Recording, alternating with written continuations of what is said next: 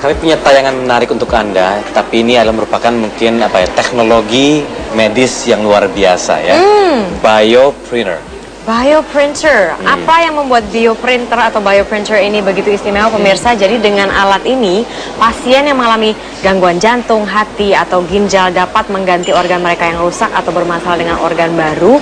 Karena bioprinter ini mampu mencetak organ tubuh manusia. Nah, oh wow! Jadi ini kayak cloning ya? Iya. Mengkloning organ tubuh. Cara kerjanya gimana ya, Tom? Ini dia liputannya.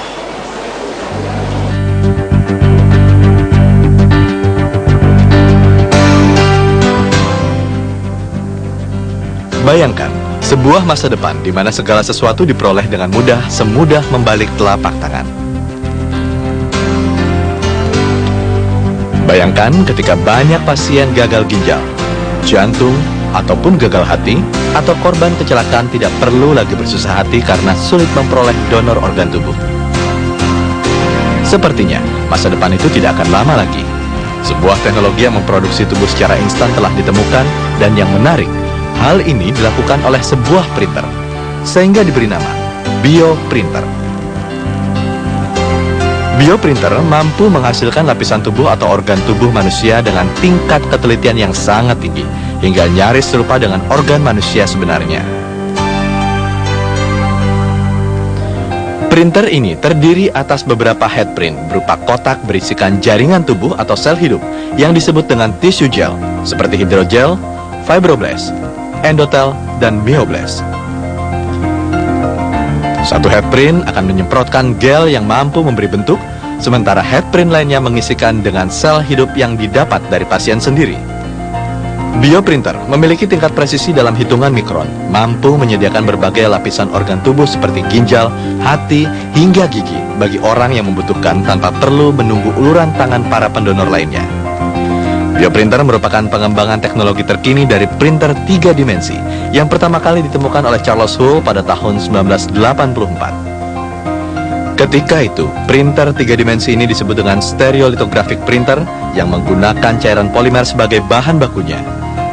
Teknologi ini kemudian berkembang lebih lanjut dari sekedar pembuat patung hingga akhirnya dimanfaatkan dalam teknologi kedokteran.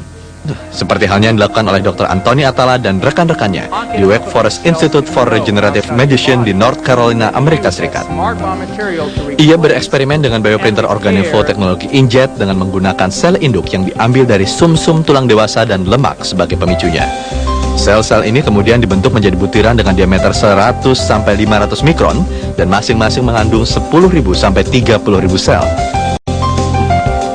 Cairan tersebut ternyata mampu mempertahankan bentuknya dan dengan mudah melewati proses pencetakan inkjet serta membentuk organ tubuh manusia.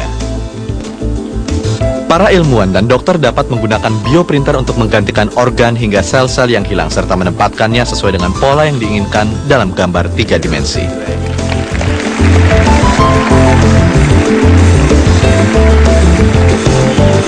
Di kemudian hari, bioprinter akan sangat membantu dokter bedah mengobati pasien yang memiliki kerusakan organ tubuh sehingga bisa berfungsi seperti sedia kala. Kamul Indrawan, Metro TV. Jadi tidak hanya dalam bentuk fisiknya saja yang bisa dibuatkan kopinya, tapi secara fungsi pun bisa. Gila, luar biasa ya.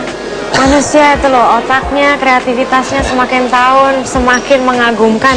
Apakah manusia akan hidup lebih lama lagi dengan teknologi seperti itu?